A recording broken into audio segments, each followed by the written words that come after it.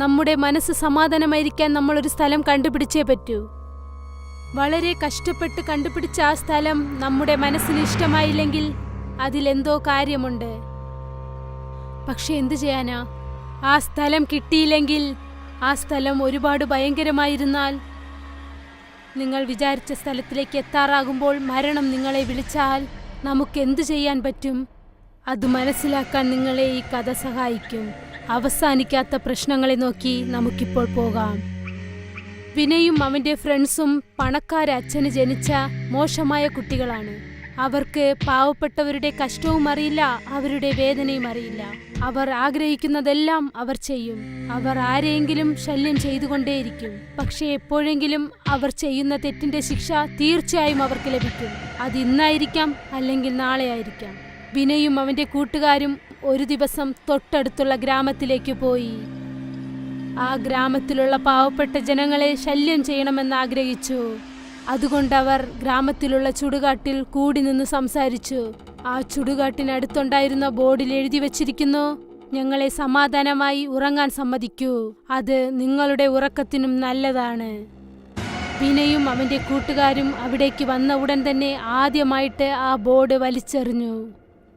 പിന്നീട് അവർ അവിടെയുള്ള ശവങ്ങളെ അപമാനിക്കുന്ന രീതിയിൽ കല്ലറയുടെ മേലിലിരുന്ന് കുടിക്കുകയും വളരെ മോശമായ രീതിയിൽ പെരുമാറുകയും അവിടെയുണ്ടായിരുന്ന പൂക്കളൊക്കെ വലിച്ചെറിയുകയും ചെയ്തു. പിന്നെ അടക്കം ചെയ്ത ആ കല്ലിന്റെ മേലിലിരുന്ന് മദ്യപിച്ചു. പിന്നെ ചിലർ അവിടെയുള്ള കല്ലുകളെടുത്ത് വലിച്ചെറിഞ്ഞു. ഒരുത്തൻ കല്ലറയുടെ മേലിൽ മൂത്രമൊഴിക്കുകയും ചെയ്തു. എത്രയൊക്കെ മോശമായി പെരുമാറാൻ പറ്റുമോ അത്രയ്ക്കും അവർ മോശമായി പെരുമാറി. എന്തൊക്കെ അവർക്ക് ചെയ്യാൻ പറ്റുമോ എല്ലാം ചെയ്തു കഴിഞ്ഞതിനു ശേഷം അവർ അവിടെ നിന്നും തിരിച്ചു. ഇത്ര സമയം എന്തൊക്കെ സംഭവിച്ചോ അതെല്ലാം വിനയും അവന്റെ കൂട്ടുകാരുമാണ് ചെയ്തത്. പക്ഷേ ഇപ്പോൾ വേറൊരാളുടെ അവസരമാണ്. ഇപ്പോൾ അവർ ഒരു മരത്തിനു താഴെ നടന്നു പോവുകയായിരുന്നു. എല്ലാ കൂട്ടുകാരും ഒരുമിച്ച് തന്നെയാണ് അവിടേക്ക് പോയത്. അപ്പോഴാണ് അതിലുണ്ടായിരുന്ന ഒരുത്തന് തോന്നിയത്, ഒരുപാട് സമയമായി ഈ റോട്ടിൽ നടക്കാൻ തുടങ്ങിയിട്ട് എവിടെയും എത്തുന്നില്ലല്ലോ. അവന് തോന്നി, ഈ റോട്ടിൽ തന്നെ നമ്മൾ ഒരുപാട് സമയമായി നടന്നുകൊണ്ടിരിക്കുന്നത് പോലെ, അവർ കണ്ട സ്ഥലങ്ങൾ തന്നെ വീണ്ടും വീണ്ടും വന്നുകൊണ്ടേയിരിക്കുന്നത് പോലെ അവന് തോന്നി. വിനയ്, നിനക്ക് എന്താ തോന്നുന്നത്? നമ്മൾ ഇതിനു മുമ്പ് തന്നെ ഇവിടുന്ന് പുറപ്പെട്ടു പോയിരിക്കണോ?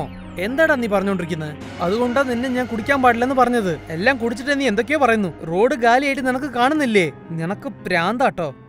വീണ്ടും 2 മണിക്കൂറുകൾ നടന്നതിനു ശേഷം ഒരുത്തൻ അവന്റെ വാച്ച് നോക്കി. അവന്റെ വാച്ചിൽ സമയം 7 ആയിരുന്നു. പക്ഷേ ഇത് വൈകുന്നേരം 7 മണിയാവാൻ ചാൻസ് ഇല്ല. എന്തെന്നാൽ രാവിലെ 7 മണിയായിരുന്നു അത്. പിന്നീട് പതുക്കെ പതുക്കെ എല്ലാവർക്കും മനസ്സിലാകാൻ തുടങ്ങി, ഈ റോഡും തീരാൻ പോകുന്നില്ല, ഈ രാത്രിയും തീരാൻ പോകുന്നില്ല. എല്ലാ കൂട്ടുകാരും അവസാനമില്ലാത്ത ആ റോട്ടിൽ, ഒരിക്കലും അവസാനിക്കാത്ത ആ രാത്രിയിൽ ഒന്നിച്ചു കുടുങ്ങിപ്പോയി. അതേ വഴിയിൽ പേടിച്ചു പോയിക്കൊണ്ടിരുന്നു. പെട്ടെന്ന് അവരുടെ മുൻപിൽ ഒരു പ്രേതം പ്രത്യക്ഷപ്പെട്ടു. അതിന്റെ മുടി കൊണ്ട് മുഖം മൊത്തം മറഞ്ഞിരുന്നു. അതിന്റെ ഒരേ ഒരു ചുവന്ന കണ്ണു മാത്രമേ ഉണ്ടായിരുന്നുള്ളൂ. അവരെല്ലാരും പേടിച്ച് അവിടെ നിന്നും ഓടുന്നതിനു മുൻപേ അത് പറഞ്ഞു, ഞങ്ങൾ പറഞ്ഞതല്ലേ ഞങ്ങളെ ഉറങ്ങാൻ സമ്മതിക്കുന്നേ, ഞങ്ങളെ ഉറങ്ങാൻ സമ്മതിക്കാൻ പറഞ്ഞതല്ലേ.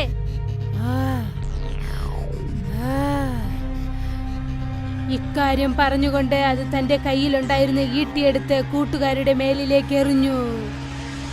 ആ ഈട്ടി മുൻപേ നിന്ന ഒരുത്തന്റെ ഹൃദയത്തിൽ ചെന്നുകൊണ്ടു അവൻ അവിടെ തന്നെ വീണു മരിച്ചുപോയി.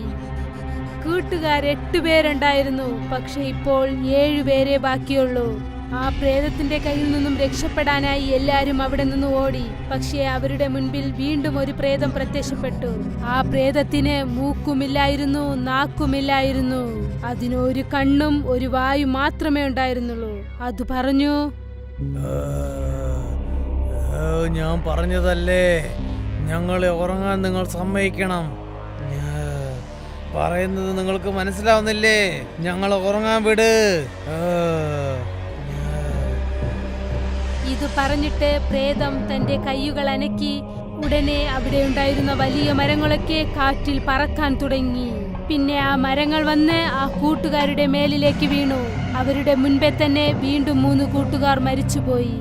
ഇപ്പോൾ ആ കൂട്ടത്തിൽ ബാക്കി 4 പേരെ ഉണ്ടായിരുന്നുള്ളൂ. എല്ലാരും പേടിച്ചുപോയി. അവർ നിലവിളിച്ചുകൊണ്ട് അവിടെ നിന്നും ഓടി രക്ഷപ്പെടാൻ ശ്രമിച്ചു. അവർക്ക് കുടിക്കാൻ വെള്ളം പോലുമില്ലായിരുന്നു. പിന്നെ ആ രാത്രിയും തീരുന്നതുപോലെ ഇല്ല. പിന്നെ ആ റോഡും അവസാനിക്കുന്നത് പോലെ ഒരു അടയാളവുമില്ല. വിനയ്, നമ്മൾ ഇവിടെ ഉറങ്ങിക്കൊണ്ടിരിക്കുന്നവരെ ശല്യം ചെയ്യുന്നു തോന്നുന്നു. ഇതുകൊണ്ടാണ് അവർ നമ്മൾ പ്രതികാരം ചെയ്യുന്നത്.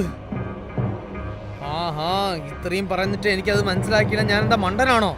അവന്മാർ എന്തിനെങ്ങനെ ചെയ്യുന്നത് എനിക്ക് മനസ്സിലാവുന്നുണ്ട്. പറ്റിയ എന്തെങ്കിലും സൊല്യൂഷൻ പറ, ഇല്ല മിണ്ടാതെ വന്ന് വേഗം ഓടിക്കോ. അവരോടിക്കൊണ്ടേയിരുന്നപ്പോൾ പെട്ടെന്ന് അവിടെ ഒരു വലിയ കുഴി വന്നു. ഒരു കൂട്ടുകാരൻ ആ കുഴിയിലേക്ക് വീണു. ബാക്കി 3 പേരെ ഉണ്ടായിരുന്നല്ലോ. അതിലൊരുത്തൻ പറഞ്ഞു, എന്താ നമ്മൾ തെറ്റ് ശരിയാക്കാൻ പാടില്ലേ?